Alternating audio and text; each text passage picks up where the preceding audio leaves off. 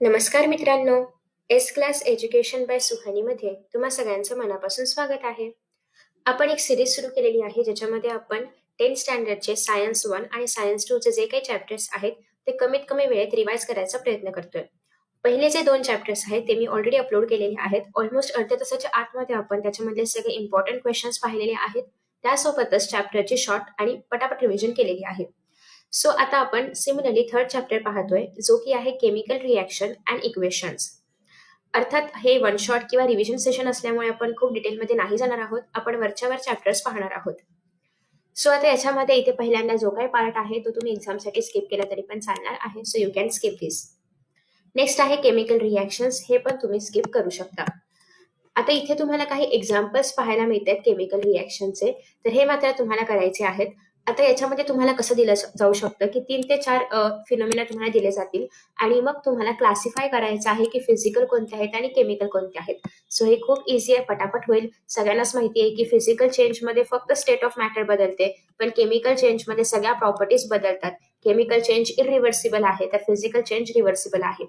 So या 2 ते 3 properties लक्षात ठेवून तुम्ही सगळे हे जे काही फिनोमिना आहेत तर त्यांना क्लासिफाय करू शकता. त्याच्यानंतर हे जे एक्सपेरिमेंट्स आहेत ते अर्थात तुम्ही एक्झामसाठी नाही करणार आहात, कारण हे प्रॅक्टिकलसाठी असतं, रिटर्न एक्झामसाठी नाही. त्याच्यानंतर आफ्टर दॅट नेक्स्ट आहे फिजिकल चेंज आणि केमिकल चेंज किंवा फिजिकल रिॲक्शन आणि केमिकल रिॲक्शन. ॲज युजल जे मी तुम्हाला आता 4 पॉईंट सांगितले तेच लक्षात ठेवायचे आहेत. जे फिजिकल चेंज आहे ते म्हणजे काय, फक्त प्रेशर, टेम्परेचर या सगळ्या पॅरामीटर्समुळे होणारे चेंज हे रिव्हर्सिबल आहेत. याच्यामुळे फक्त स्टेट ऑफ मॅटर बदलते, केमिकल कंपोजिशन बदलत नाही. आणि एक एक्झाम्पल सिमिलरली केमिकल चेंजेससाठी पण की याच्यामध्ये बॉन्ड ब्रेकिंग वगैरे होतं, हे रिव्हर्सिबल आहे, केमिकल कंपोजिशन चेंज होतं. येस, सो बेसिकली या गोष्टी तुम्हाला लिहायच्या आहेत. पूर्ण करायची गरज नाहीये, 4-5 पॉईंट्स फक्त वरच्यावर करा आणि झालं. केमिकल इक्वेशन हा पार्ट स्किप करू शकता, कारण इथे फक्त केमिकल इक्वेशन कसं लिहायचं हे सांगितलेलं आहे. त्याचे रूल्स आपल्याला खाली पाहायचे आहेत.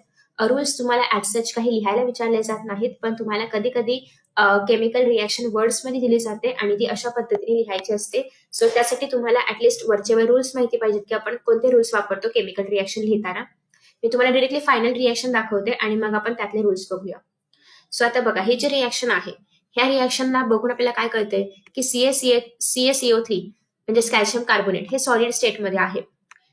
हे जेव्हा रिॲक्ट होतंय किंवा याची जेव्हा रिॲक्शन होते तेव्हा त्यावेळेस हीट प्रेझेंट आहे, म्हणजे याची रिॲक्शन करण्यासाठी हीट दिली जाते. सो याचा अर्थ, ट्रायंगलचा अर्थ काय आहे, हीट देणं. नेक्स्ट आहे हीट दिल्यानंतर CaO आणि CO2 म्हणजे कार्बन डायऑक्साईड बनते. आता CaO हे सॉलिड स्टेटमध्ये आहे आणि कार्बन डायऑक्साईड वरचा ॲरो म्हणजेच काय, गॅशियस स्टेटमध्ये आहे. हेच जर तुम्हाला असा खालचा ॲरो दिला असता तर याचा अर्थ ते काय आहे, प्रेसिपिटेट आहे. सो कोणतीही रिॲक्शन लिहिताना रिॲक्टंट नेहमी लेफ्टकडे असतं, प्रोडक्ट नेहमी राईटकडे असतं. रिॲक्टंट आणि प्रोडक्ट यांच्यामध्ये एक ॲरो असतो जो की डिरेक्शन ऑफ रिॲक्शन दाखवतो, म्हणजे रिॲक्टंट पासून प्रोडक्ट बनते हे ते दाखवतो. नेक्स्ट आहे रिॲक्टंट किंवा प्रोडक्ट कोणत्या स्टेटमध्ये आहे, सॉलिड, लिक्विड, गॅशियस, हे तुम्हाला लिहायचं असतं. ॲक्वेस असेल तर AQ, सॉलिड असेल तर एस, लिक्विड असेल तर ए, गॅशियस असेल तर असा ॲरो. सो या पद्धतीने तुम्हाला ते रिॲक्टंट किंवा प्रोडक्ट कोणत्या कंडिशनमध्ये आहे, कोणत्या स्टेटमध्ये आहे ते लिहायचं असतं. दुसरी गोष्ट, हे रिॲक्शन होत असताना जर याच्यामधून काही गॅशियस मटेरियल बाहेर पडत असतील तर या ठिकाणी तुम्हाला ते अशा पद्धतीने अपवर्ड ॲरोमध्ये दाखवायचे आहेत. आणि जर एखाद्या प्रकारचं कुठलातरी VaSO4 सारखं प्रेसिपिटेट वगैरे बनत असेल तर त्या केसमध्ये तुम्हाला हा ॲरो असा करायचा आहे. याचा अर्थ काय की प्रेसिपिटेट म्हणजे व्हाईट मटेरियल बनतंय. आफ्टर दॅट नेक्स्ट आहे, जर आपण रिॲक्शनमध्ये हीट देत असू, जर ती रिॲक्शन एंडोथर्मिक आहे म्हणजे हीट ऍब्झॉर्ब करणारी आहे, तर आपण अशा पद्धतीने ट्रायंगल दाखवतो, म्हणजेच काय की आपण रिॲक्शनसाठी हीट सप्लाय करतोय.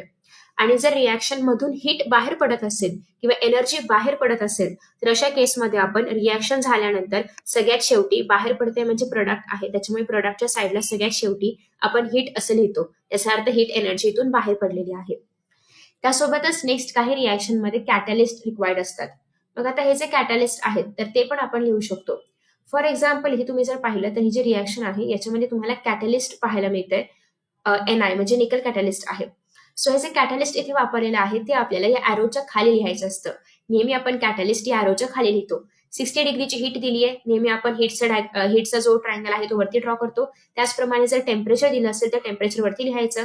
हीट सप्लाय करणार असू तर हीटचा ट्रायंगल इथे लिहायचा आणि खाली कोणतं कॅटलिस्ट जर यूज करत असू तर आपण कॅटलिस्ट लिहिणार आहोत. ठीक आहे. वनस्पती ही सॉलिड आहे, व्हेजिटेबल ऑइल लिक्विड आहे, H2 गॅशियस आहे. हेच H2 जर रिलीज झालं असतं म्हणजे प्रोडक्टमध्ये असतं तर आपण H2 असं दाखवलं असतं, पण रिॲक्टंट मध्ये असेल तर G लिहायचा आणि प्रोडक्टमध्ये असेल तर गॅशियस स्टेटमध्ये असल्यामुळे आपण अपवर्ड ॲरो पॉइंट करतो. अशा पद्धतीने हे काही रूल्स आहेत जे तुम्हाला केमिकल इक्वेशन्स लिहिताना फॉलो करायचे आहेत. अजून एक गोष्ट, जर तुम्हाला क्वेश्चन मध्ये सांगितलेलं आहे की right a reaction on with dilute nitric acid the product form is nitric oxide gas. Okay, so कॉपरची रिॲक्शन करायची आहे डायल्यूट नायट्रिक ऍसिड सोबत आणि प्रोडक्ट फॉर्म असणार आहे नायट्रिक ऑक्साईड गॅस. तर याच्या ही रिॲक्शन लिहा, असं तुम्हाला 1 ते 2 मार्कांसाठी 1 मार्कांसाठी मोस्टली येऊ शकतं.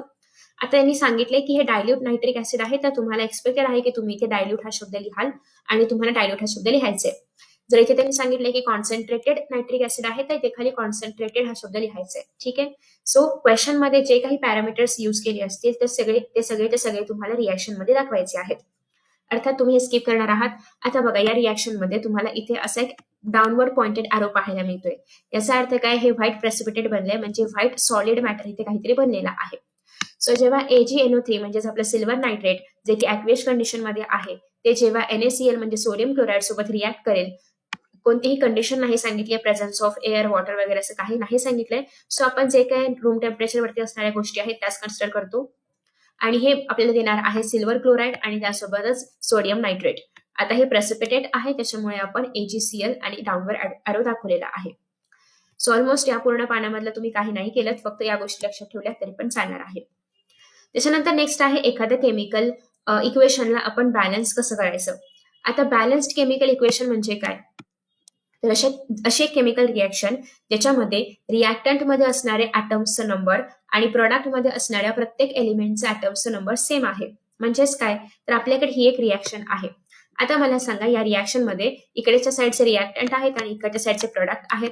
आता रिॲक्टंट मधला प्रत्येक एलिमेंट बघा, Na हा एलिमेंट आहे, O हा एलिमेंट आहे, H हा एलिमेंट आहे. प्रत्येक एलिमेंटचे रिॲक्टंट मध्ये जेवढे ऍटम्स आहेत तेवढेच ऍटम्स प्रोडक्ट मध्ये असले पाहिजेत. आता फॉर एक्झाम्पल इथे Na1 आहे आणि इथे Na2 आहेत, तर ही रिॲक्शन बॅलन्स नाहीये. या रिॲक्शन आपल्याला बॅलन्स करायचं आहे. आणखी पहा, इथे इथे ऑक्सिजन किती आहेत, 4 आणि इकडचे 5 आहेत आणि हे जर आपण या साईडला पाहिलं तर ऑक्सिजन किती आहेत, 5 आहे. म्हणजे याचा अर्थ ऑक्सिजन हा बॅलन्स्ड आहे, पण रिॲक्शन बॅलन्स्ड आहे का, नाही. रिॲक्शन तेव्हाच बॅलन्स्ड होते जेव्हा रिॲक्टंट आणि प्रोडक्ट मधल्या प्रत्येक एलिमेंटचे ऍटमचे नंबर्स सेम असतील.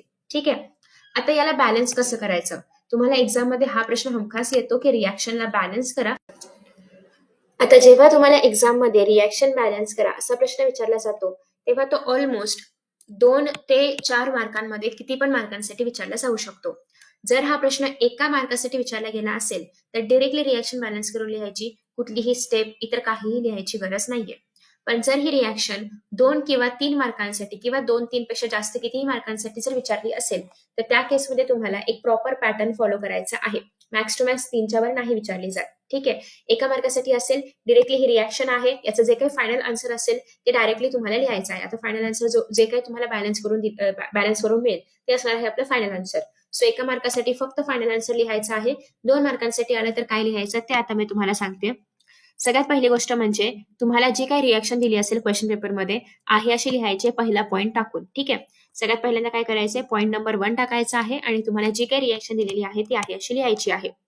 आता तुम्हाला हे तर माहितीच आहे की रिॲक्शन बॅलन्स नाहीये, राईट, रिॲक्शन बॅलन्स नाहीये हे तुम्हाला माहिती आहे. सो त्याच्यामुळे पहिल्यांदा आहे अशी रिॲक्शन लिहायची आहे. दुसरी गोष्ट तुम्ही काय करणार आहात, स्टेप 2 लिहायचंय. स्टेप 1 नाही लिहिली तरी पण चालेल, फक्त 1 आकडा टाका आणि रिॲक्शन लिहा. स्टेप 2 हा शब्द न लिहिता फक्त 2 आकडा टाकला तरी पण चालेल आणि लिहायचंय comparing the number of atoms of various element present on 2 side of the equation. असंच लिहिलं पाहिजे का, नाही, तुम्ही तुमच्या भाषेमध्ये फक्त comparing the number of atoms of both the sides असं लिहिलं तरी पण चालेल, कसं पण लिहा पण अर्थ मॅच झाला पाहिजे. ठीक आहे, सो सेकंड आकडा टाकायचा आणि हे लिहायचंय. तुम्ही जेव्हा कम्पेअर करणार आहात तेव्हा म्हणजे असं काही कंपल्सरी नाहीये की तुम्ही बॉक्स बिक्स बनवून कराल, कसंही करा, पण एक चांगलं सिस्टमॅटिक आपण पेपर लिहितोय त्याच्यामुळे सुंदर बॉक्स केला तर अजून प्रेझेंटेशन पण चांगलं वाटेल. मग त्या नेक्स्ट स्टेपमध्ये काय करायचंय, रिॲक्टंट आणि प्रोडक्टसाठी 2 कॉलम बनवायचे आहेत. रिॲक्टंट मध्ये किती नंबर ऑफ ॲटम्स आहेत, प्रोडक्ट मध्ये किती नंबर ऑफ ॲटम्स आहेत ते तुम्हाला लिहायचं आहे. सगळ्यात पहिला एलिमेंट कुठला असेल तर मेटल घ्यायचा. त्या रिॲक्शन मधला जो कोणता मेटल असेल, ही एक ट्रिक आहे रिॲक्शन बॅलन्स करताना, तुम्ही त्या रिॲक्शन मध्ये गोंधळून जाऊ नये म्हणून. तर त्या ट्रिक मध्ये पहिलं असं आहे की कधीही मेटल पासून सुरुवात करायची बॅलन्सिंग करायला. सो याच्यामधला मेटल कोण आहे? सोडियम. सोडियम आधी लिहिला. दुसऱ्या याच्यामध्ये तुम्ही करणार आहात सुरुवात, एक तर तुम्ही ऑक्सिजन घ्या किंवा हायड्रोजन घ्या, कोणतंही चालेल. आता यांनी इथे ऑक्सिजन घेतलंय, आपण पण ऑक्सिजनच घेऊया. दुसरं एलिमेंट असणार आहे ऑक्सिजन. तिसरं असणार आहे हायड्रोजन. ऑब्व्हियसली आधी ऑक्सिजन झालं तर मग हायड्रोजन असणार आहे, आधी हायड्रोजन घेतलं तर मग ऑक्सिजन असणार आहे, काही पण चालेल हे.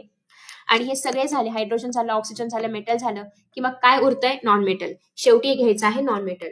सो अगेन मी तुम्हाला सांगते कसं सॉल्व्ह करायचं, एकदा रिपीट करते.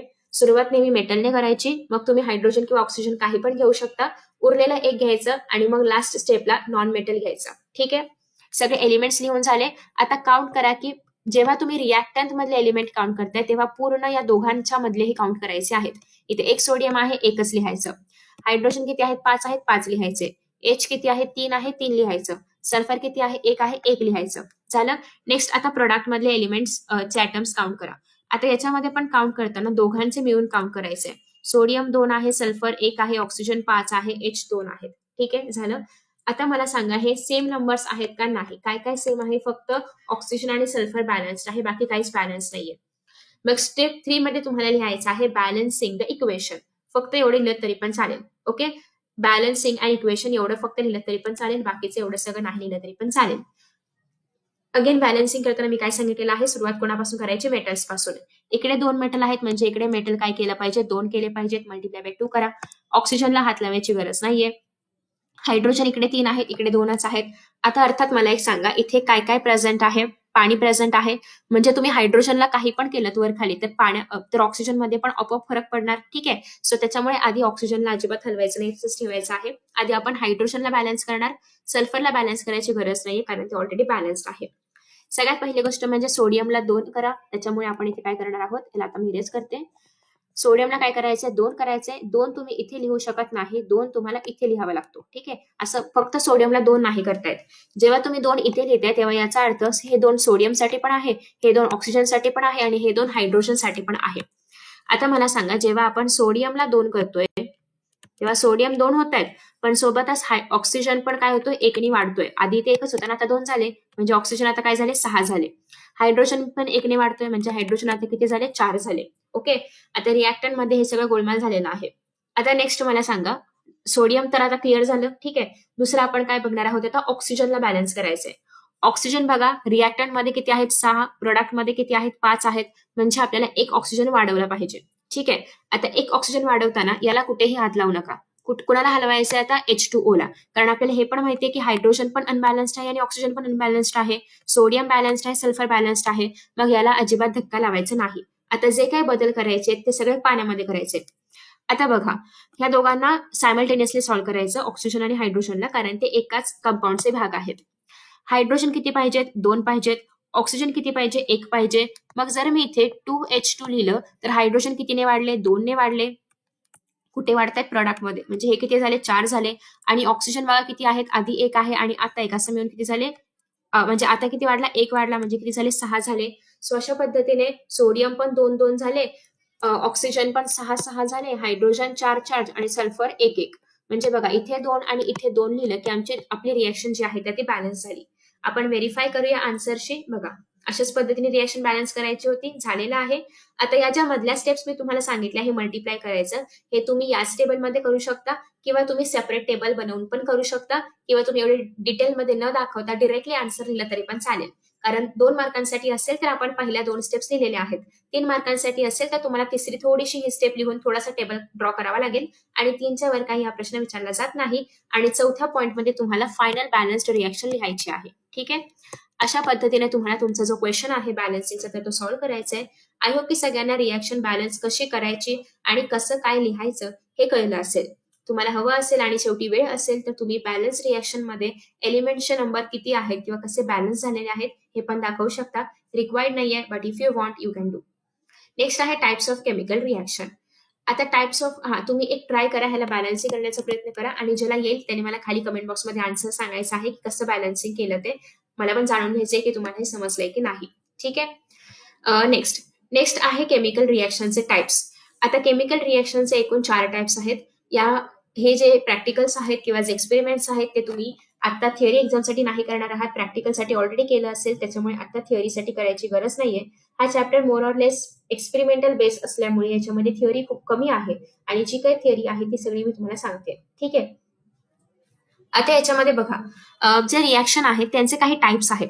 काय टाइप्स आहेत तर पहिला आहे कॉम्बिनेशन रिॲक्शन. कॉम्बिनेशन म्हणजे काय? कंबाईन होणं. कंबाईन म्हणजे काय? काहीतरी ऍड होणं. मग अज्युम करा की माझ्याकडे ए रिॲक्टंट आहे आणि बी रिॲक्टंट त्याच्यामध्ये ऍड झाला. दोघांनी मिळून मला सी दिलं. म्हणजेच काय? ए आणि बी कंबाईन झाले आणि सी दिलं. याला आपण म्हणतो combination reaction. So the reaction in which two or more products combine to form the reaction in which two or more reactants combine to form a product is called as combination reaction. झाली definition. So तुम्हाला जर हे equation माहिती असेल तर तुम्ही मनाने पण रिॲक्शन लिहू शकता. बघा, when two or more reactants combine in a reaction to form a product किंवा a single product is called as combination reaction. म्हणजे तुम्ही हे न लक्षात ठेवता फक्त जर A plus B is equal to C लक्षात ठेवलं तर तुम्ही मनाने पण ही डेफिनेशन डेव्हलप करू शकता. ठीक आहे. सो हा बेनिफिट असतो जर आपण यासाठी आपण स्मार्ट अभ्यास केला पाहिजे, रादर दॅन हे सगळं रेक्टिफाय करण्यापेक्षा A plus B is equal to C. आता A plus B is equal to C हे काय लक्षात ठेवायला फार अवघड नाहीये, त्याच्यामुळे हे तुम्हाला आरामात लक्षात राहील. जेव्हा तुम्हाला टाइप्स ऑफ रिॲक्शन एक्सप्लेन करायला विचारलेले आहेत किंवा जेव्हा तुम्हाला कॉम्बिनेशन रिॲक्शन ही टर्म एक्सप्लेन करायला विचारलेली आहे तेव्हा फक्त एवढं लिहायचं नाही, यासोबत तुम्हाला एखादा एक्झाम्पल पण द्यायचा आहे. कोणतं एक्झाम्पल? कोणतंही एक्झाम्पल. हे सगळ्यात सोपं आहे. Magnesium plus oxygen, magnesium oxide. ठीक आहे. सगळ्यात सिंपल आहे. हे एक्झाम्पल द्या किंवा तुम्हाला जे कुठलं सोपं वाटेल ते द्या. एक्झाम्पल देताना रिॲक्शन लिहायचे आणि खाली ते रिॲक्शन कसे कॉम्बिनेशन रिॲक्शन आहे ते लिहायचं आहे. ठीक आहे. एवढंच करायचंय. बाकी आदल्या मधल्या रिॲक्शन नाही केल्या तरी पण चालतील. नेक्स्ट आहे डिकम्पोजिशन रिॲक्शन. आता डिकम्पोज म्हणजे काय? आपण असं म्हणतो की जे बायोडिग्रेडेबल मॅटर असतात तर ते डिकम्पोज झाले पाहिजेत. डिकम्पोज म्हणजे काय? ब्रेकडाऊन झाले पाहिजेत. म्हणजेच काय? मगाशी आपण काय केलं? A plus B is equal to C म्हणजे कॉम्बिनेशन केलं. आता आपल्याला हेच कॉम्बिनेशन ब्रेक करायचंय. म्हणजे आधी जे A plus B is equal to C होतं त्याला आता मला C इज इक्वल टू माझा प्रोडक्ट जो आहे किंवा माझा जो रिॲक्टंट आहे C त्याला आता मला ब्रेक करायचंय A प्लस B च्या फॉर्म मध्ये. म्हणजे हे काय आहे? कॉम्बिनेशनच्या एकदम अपोजिट. कॉम्बिनेशन मध्ये आपण दोन प्रोडक्टला कंबाईन केलं होतं किंवा ऍड केलं होतं आणि तिसरा प्रोडक्ट बनवला होता. आणि डिकम्पोजिशन मध्ये आपण एकाच प्रोडक्टला ब्रेक करतोय आणि एकाच रिॲक्टंटला ब्रेक करतोय आणि दोन प्रोडक्ट बनवतोय. सो तुम्हाला डेफिनेशन लिहायची असेल तर the decomposition reaction is a reaction in which a product decomposes itself and forms a reactant decomposes itself and form two products. थोडंसं माझं कन्फ्युजन झालंय, आय डोंट नो का, पण तुम्हाला क्लिअर व्हावं की एक रिॲक्टंट आहे, दोन प्रोडक्ट बनवतोय, तर ते असणार आहे डिकम्पोजिशन रिॲक्शन. आणि दोन रिॲक्टंट आहेत कंबाईन होऊन एकच प्रोडक्ट बनवतायत तर त्याला आपण म्हणणार आहोत combination reaction. So decomposition reaction म्हणजे काय? when a reactant decomposes itself and break down into two or more than two products is called as decomposition reaction. He definition चालेल किंवा तुम्हाला टेक्स्टबुक मध्ये अजून एक डेफिनेशन दिलेली आहे. The reaction in which two or more products are formed from a single reactor, ही अजून इझी आहे माझ्यापेक्षा तर तुम्ही ही करू शकता. Is called as decomposition reaction. म्हणजे एकापासून दोन किंवा दोनपेक्षा जास्त प्रोडक्ट बनतायत त्याला आपण म्हणतो डिकम्पोजिशन रिॲक्शन. सिंपल एक्झाम्पल आहे पाण्याचं. पाणी आहे, पाण्यामधून जर आपण इलेक्ट्रिक सप्लाय पास केला तर त्याच्यापासून हायड्रोजन आणि ऑक्सिजन सेपरेट होतात. फक्त एवढंच की हे नाही लिहिलं तर तुम्हाला काहीच मार्क्स मिळणार नाहीत. सो हे पूर्ण लिहायचंय रिॲक्शन, आणि रिॲक्शन ही डिकम्पोजिशन रिॲक्शन कशी आहे हे पण एक्सप्लेन करायचंय. बाकी आदले मधल्या रिॲक्शन तुम्हाला हवे असतील तर करा, नाही तर स्किप केल्या तरी पण चालतील. ठीक आहे. ही पण रिॲक्शन छान आहे. जी तुम्हाला हवी असेल पाण्याची लिहायची पाण्याची लिहा, शुगरची लिहायची शुगरची लिहा. कोणतंही एखादं एक्झाम्पल तुम्हाला करायचं आहे. दुसरी गोष्ट, तुम्हाला कधी कधी अशा रिॲक्शन दिल्या जातात आणि ओळखायला विचारलं जातं की ही रिॲक्शन कोणती आहे. तेव्हा तुम्ही इन केस जर ती रिॲक्शन पाहिली नसेल किंवा पाठ केली नाहीये, तुम्हाला माहितीच नाहीये, तर अशा केसमध्ये तुम्हाला ट्राय करायचं आहे की तुम्ही तुमच्या डेफिनेशनशी त्या रिॲक्शनला कम्पेअर कराल, कारण तुम्हाला सगळ्या डेफिनेशन तर करायच्या आहेतच. त्याच्यानंतर आता आपण पाहतोय थर्ड टाइप, ती आहे डिस्प्लेसमेंट रिॲक्शन. आता डिस्प्लेसमेंट म्हणजे काय? डिस्प्लेसमेंट म्हणजे काय? एका जागेवरून दुसऱ्या जागेवरती जाणं. ठीक आहे. हे झालं आपल्या सिंपल भाषेमध्ये डिस्प्लेसमेंट. मग आता हे जे एलिमेंट्स आहेत ते पण तेच करतायत.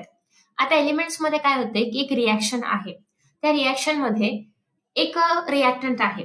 तो रिॲक्टंट थोडासा कसा आहे? जास्त रिॲक्टिव्ह आहे किंवा जास्तच ऍक्टिव्ह आहे. तो काय करतो? दुसऱ्या एखाद्या रिॲक्टरला रिप्लेस करतो. म्हणजेच काय? तर बघा, ही अशी रिॲक्शन आहे आपल्याकडे. या रिॲक्शन मध्ये आहे CuSO4 प्लस Fe.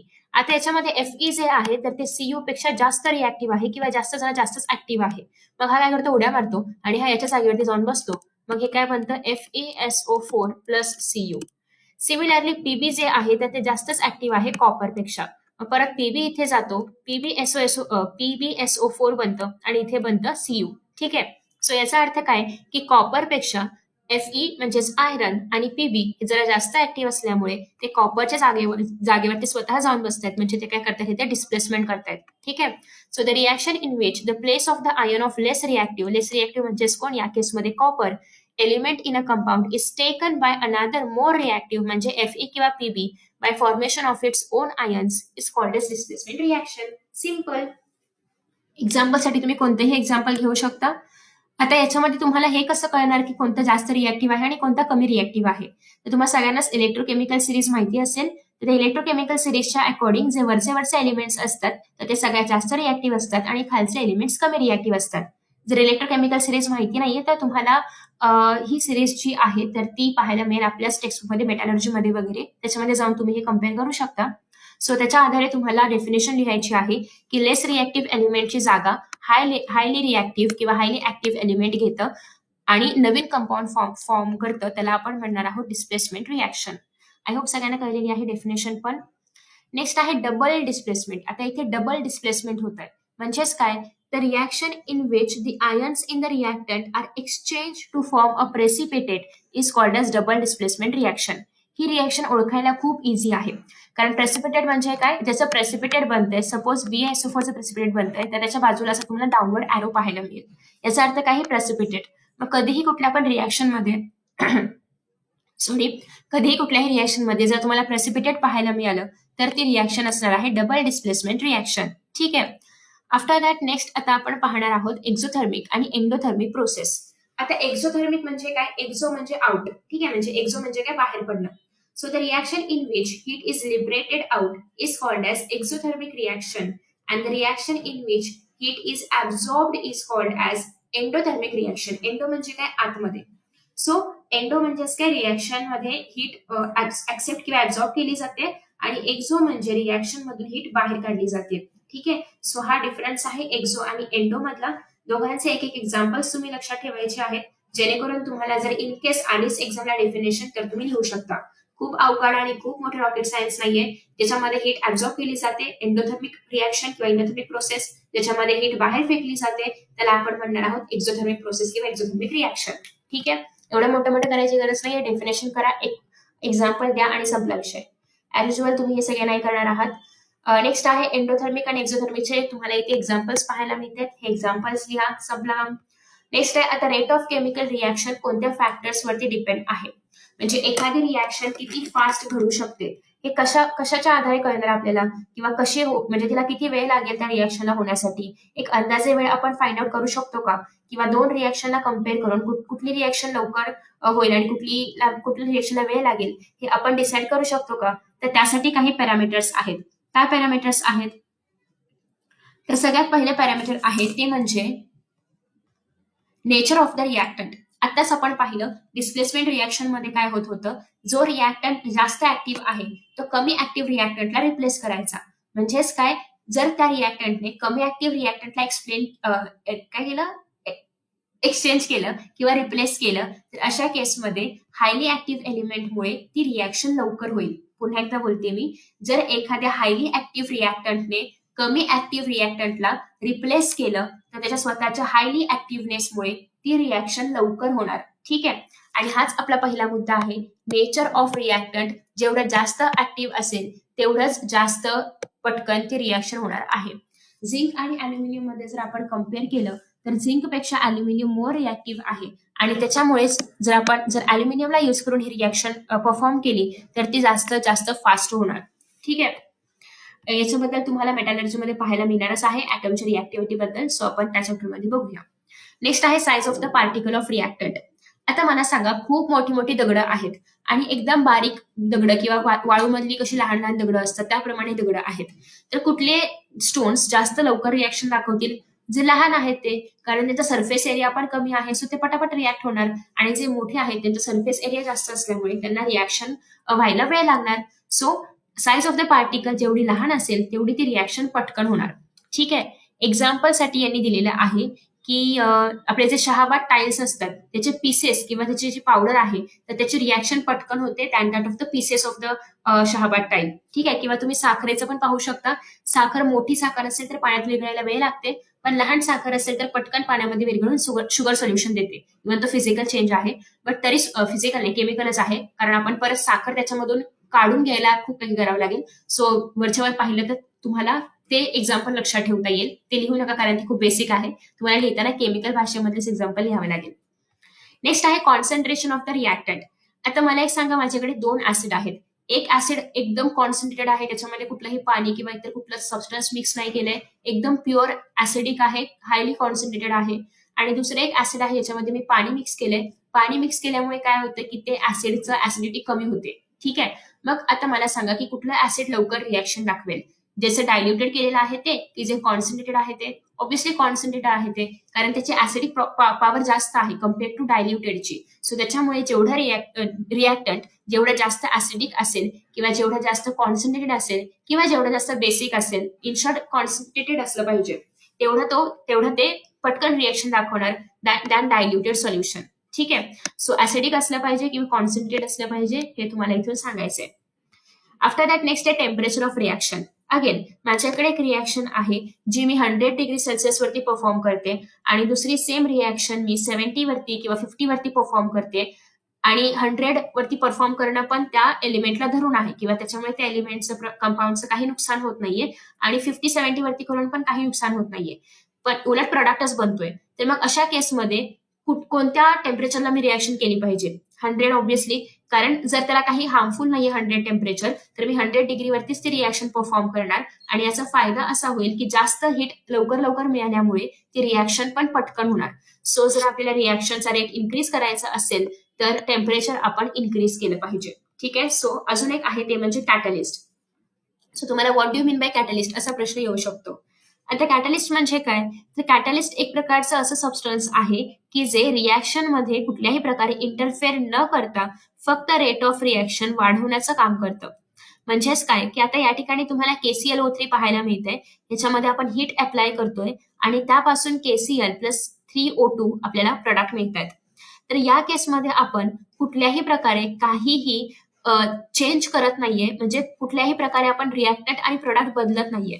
बघा इथे जर रिॲक्टंट मधले एलिमेंट्स आहेत तेच प्रोडक्ट मधले आहेत, फक्त आपण एक्स्ट्राचं याला हीट प्रोव्हाइड करतोय किंवा ही रिॲक्शन हीटमुळे जितका फास्ट होते त्याच्यापेक्षाही अजून फास्ट करण्यासाठी मी इथे MnO2 ऍज अ कॅटलिस्ट म्हणून अप्लाय करणार.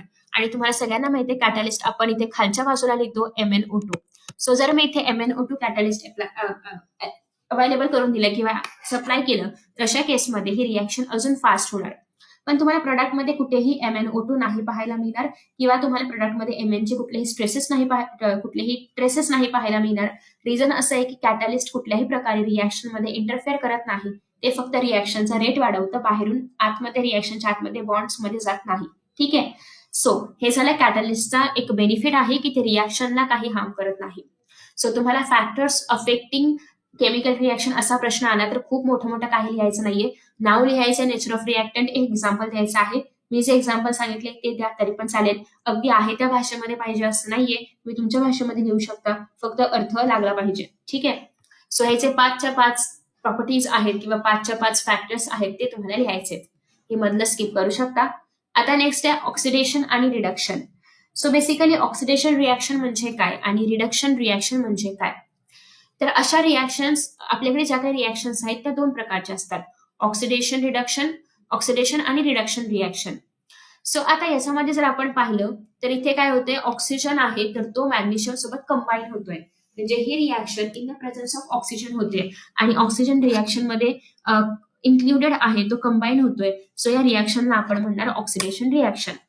इथे पण ऑक्सिजन जो आहे तर तो रिॲक्शन मध्ये कंबाईन होतोय, याला पण आपण म्हणणार ऑक्सिडेशन रिॲक्शन. तुम्ही म्हणाल इथे तर ऑक्सिजनच नाहीये मग काय करायचं? तर कंडिशन अशी आहे की ऑक्सिडेशनसाठी इतर ऑक्सिजन ऍड झाला पाहिजे किंवा हायड्रोजन रिमूव्ह झाला पाहिजे. ओके. ऑक्सिडेशनची कंडिशन काय आहे की एकतर हायड्रोजन ऍड झाला पाहिजे किंवा असलेला हायड्रोजन रिमूव्ह झाला पाहिजे. आता इथे काय आहे, हायड्रोजन आहे. जर आपण या हायड्रोजनला मॅग्नेशियमच्या कंपाऊंड पासून बाहेर काढलं तर मग आपल्याला ही रिॲक्शन ऑक्सिडेशन रिॲक्शन झालेली पाहायला मिळेल. आता इथे आपण हायड्रोजन काढल्यानंतर हायड्रोजन जाईल हवेमध्ये उडून आणि फक्त राहील मॅग्नेशियम. तर या रिॲक्शनला पण आपण म्हणणार आहोत ऑक्सिडेशन रिॲक्शन. नेक्स्ट रिॲक्शन आहे, आता तुम्ही म्हणाल अगेन याच्यामध्ये तर परत ऑक्सिजन नाहीये, पण आपलं अजून एक कंडिशन काय आहे की आपण इधर ऑक्सिजन ऍड करू शकतो किंवा हायड्रोजन रिमूव्ह करू शकतो. मग या केसमध्ये आपण काय करणार आहोत, हायड्रोजनला रिमूव्ह करणार आहोत. आता जेव्हा आपण एखाद्या कार्बन कंपाऊंड मधून हायड्रोजनला रिमूव्ह करतो तेव्हा त्या केसमध्ये हायड्रोजन रिमूव्ह झाल्यामुळे तिथे जिथून कुठून हायड्रोजन रिमूव्ह झालाय तर तिथे तुमचा डबल बॉन्ड जो आहे तर तो बनणार आहे. म्हणजे इथे बघा CH3 आहे राईट. आता CH3 मधून मी जर 2 हायड्रोजन रिमूव्ह केले तर मग या केसमध्ये इथला एक हायड्रोजन बाहेर पडेल, इथला एक बाहेर पडेल. हे बघा मी तुम्हाला ड्रॉ करून दाखवते. HH आहे, बॉन्ड C, HH आहे. सपोज मी हे 2 हायड्रोजन रिमूव्ह केले तर इकडे व्हॅलेन्सी शिल्लक राहते आणि ही व्हॅलेन्सी पूर्ण करण्यासाठी मग कार्बन कार्बन आपल्यामध्ये अजून एक बॉन्ड बनवतो. ठीक आहे.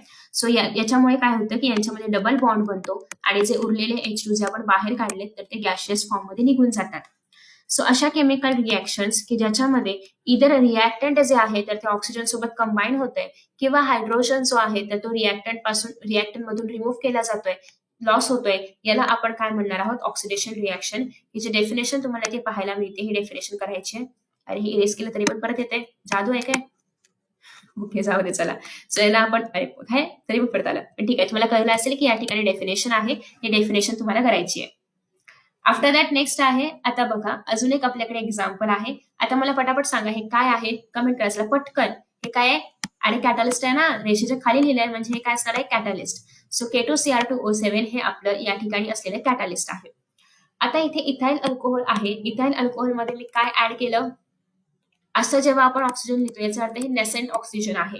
जेव्हा मी नेसेंट ऑक्सिजन ऍड केलं तेव्हा अल्कोहोल पासून मला ऍसिटिक ऍसिड मिळालं आणि ही एक प्रकारची ऑक्सिडेशन रिॲक्शन आहे कारण मी याच्यामध्ये ऑक्सिजन ऍड करते. तुम्ही जर 11-12ला सायन्स घेतलं तर तुम्हाला याच्या मागचं पूर्ण मेकॅनिझम पाहायला मिळेल.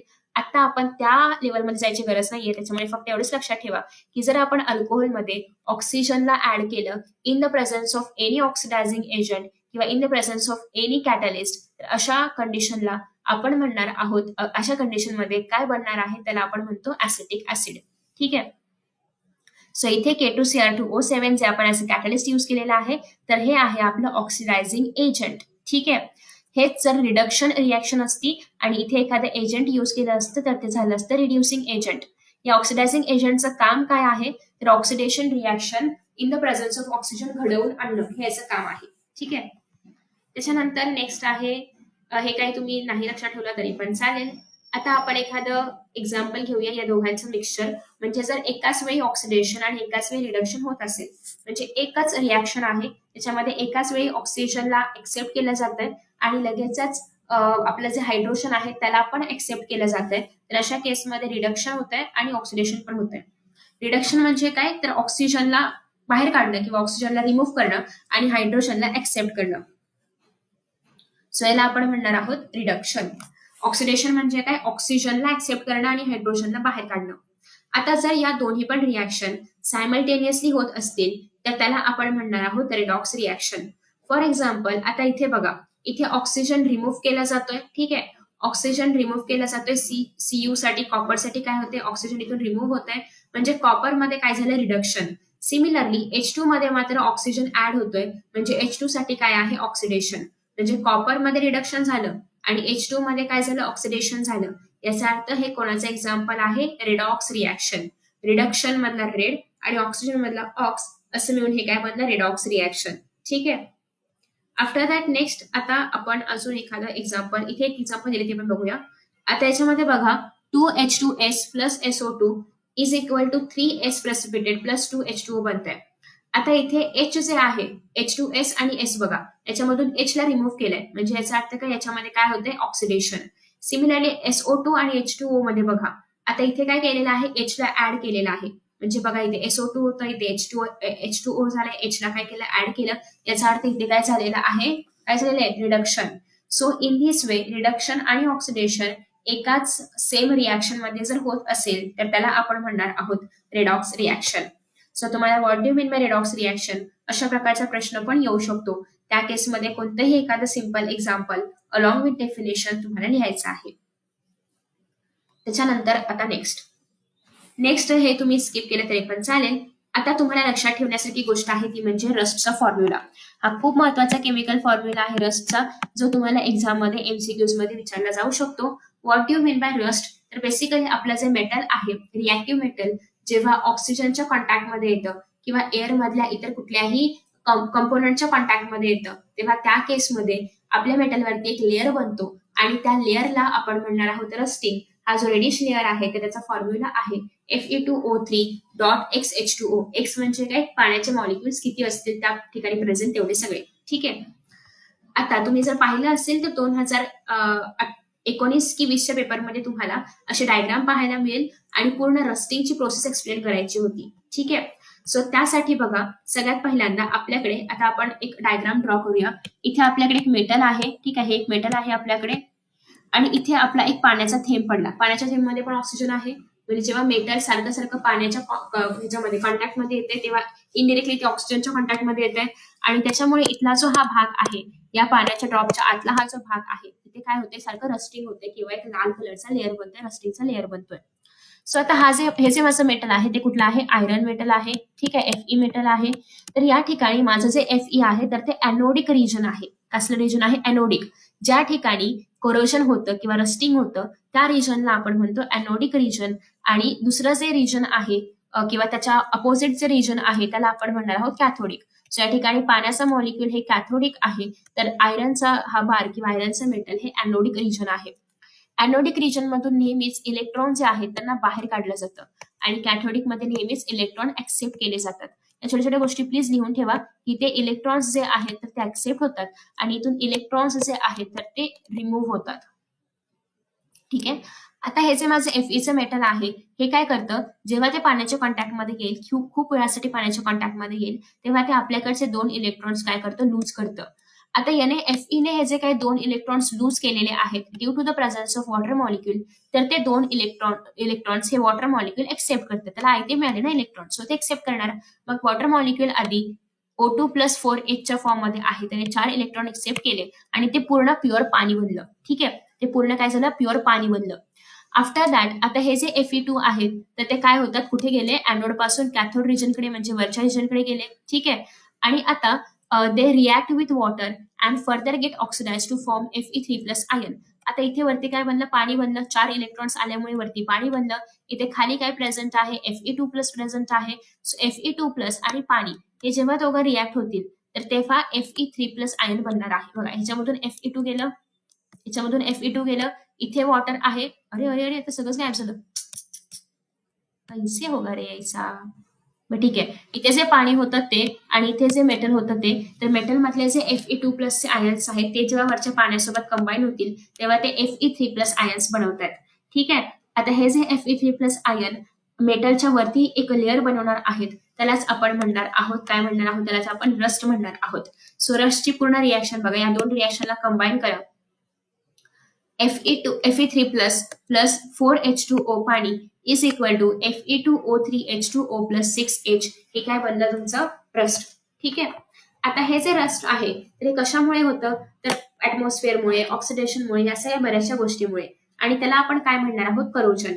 आता हे करोजन कसं प्रिव्हेंट करायचं, तर आपण आयरनच्या लेअरला जर आयरनच्या मेटलवरती जर आपण अजून एक लेअर दिला, पेंटचा लेअर असेल किंवा इतर कोणताही लेअर जर दिला तर हे रस्टिंग आपण अफोर्ड करू शकतो, कारण मग तो पाण्याचा थेंब डिरेक्टली मेटलच्या कॉन्टॅक्टमध्ये नाही येणार आणि त्याच्यामुळे आपण रस्टिंग पासून त्या मेटलला वाचवू शकतो. ठीक आहे. सो आता अशा केसेसमध्ये अजून काय काय करता येईल किंवा अजून रस्टिंग कसं स्टॉप करता येईल हे तुम्हाला मेटलर्जीमध्ये पाहायला मिळेल. नेक्स्ट आहे रॅन्सिडिटी. तुम्ही बऱ्याचदा पाहिलं असेल की आपल्या घरामध्ये एक डब्बा आहे फॉर एक्झाम्पल, त्याच्यामध्ये आपण काहीतरी तेलकट किंवा दिवाळीचे पदार्थ वगैरे ठेवलेले आहेत आणि आपण खूप दिवसांनी तो डब्बा उघडला की त्या डब्यामधून तेलाचा वास येतो किंवा असं कुबट वास येतो. तर असं का होतं, तर बेसिकली हे होतं आहे ऑक्सिडेशन रिॲक्शनमुळे. म्हणजेच जेव्हा आपण एखादा डब्बा जो आहे त्याच्यामध्ये तो एअर टाईट नाहीये, तो साधा डब्बा आहे, त्याच्यामध्ये जर आपण तेलकट पदार्थ ठेवले तर आपल्या ऍटमॉस्फिअर मधलं जे ऑक्सिजन आहे ते त्या तेलकट पदार्थातल्या तेलाशी रिॲक्शन घडवून आणतं आणि त्याच्यामुळे जे सबस्टन्सेस आहेत किंवा जे काही आपण त्या डब्याच्या आतमध्ये ठेवलेलं असो तर त्याचं रस्टिंग व्हायला सुरुवात होतं. ठीक आहे, किंवा ते रस्टिंग म्हणजे रस्टिंग नाही, ते मेटल आहे आणि मेटल असल्यामुळे ते ते फूड आहे आणि फूड असल्यामुळे ते खराब व्हायला सुरुवात होतं. ठीक आहे, मग याला प्रिव्हेंट कसं करायचं, तर आपण कोणतंही मटेरियल हे ऑक्सिजन पासून दूर ठेवलं पाहिजे, जे काही खाण्याचं मटेरियल आहे ते. मग ते आपण एखाद्या एअरटाईट डब्यामध्ये वगैरे ठेवू शकतो, त्याच्यामध्ये त्याचा कॉन्टॅक्ट सारखं ऑक्सिजनशी नाही येणार आणि ते रॅन्सिटी नाही दाखवणार. ठीक आहे, सो तुम्हाला रॅन्सिटी म्हणजे काय हे पण 2 मार्कांसाठी वगैरे येऊ शकतं. नेक्स्ट, ऑलरेडी मी इम्पॉर्टंट क्वेश्चन्स अपलोड केलेले आहेत, सो तुम्ही ते चेकआउट करा. अदरवाईज तुम्ही जर हा व्हिडिओ खूप केअरफुली ऐकला असेल तर तुम्हाला सगळ्या प्रश्नांची उत्तरं नक्कीच येणार आहेत. दुसरी गोष्ट, MCQ सगळे करायचे आहेत आणि ऑब्जेक्टिव्ह क्वेश्चन सगळे तुम्हाला ह्याच्यामधून एक्सरसाइज मधून करायचे आहेतच. आणि हा जो रस्टिंगचा क्वेश्चन मी आता तुम्हाला सांगितला हा पण करून बघा, कारण हा एक्झामला ऑलरेडी येऊन गेलेला आहे. बाकी एक्स्ट्रा कुठलेही क्वेश्चन्स करायची गरज नाहीये. ऍज युजल याच्यामध्ये कुठलेही मोठे मोठे न्यूमॅरिकल नाहीयेत, त्याच्यामुळे तुम्हाला फक्त आणि फक्त जे बॅलन्सिंग ऑफ द इक्वेशन सारखे क्वेश्चन्स आहेत तेवढे व्यवस्थित अटेम्प्ट करायचे आहेत. So thank you so much for watching this video. Best of luck for your exams. आणि सिमिलर व्हिडिओ तुम्हाला नेक्स्ट चॅप्टरसाठी हवा आहे का हे पण नक्की सांगा. Thank you and bye.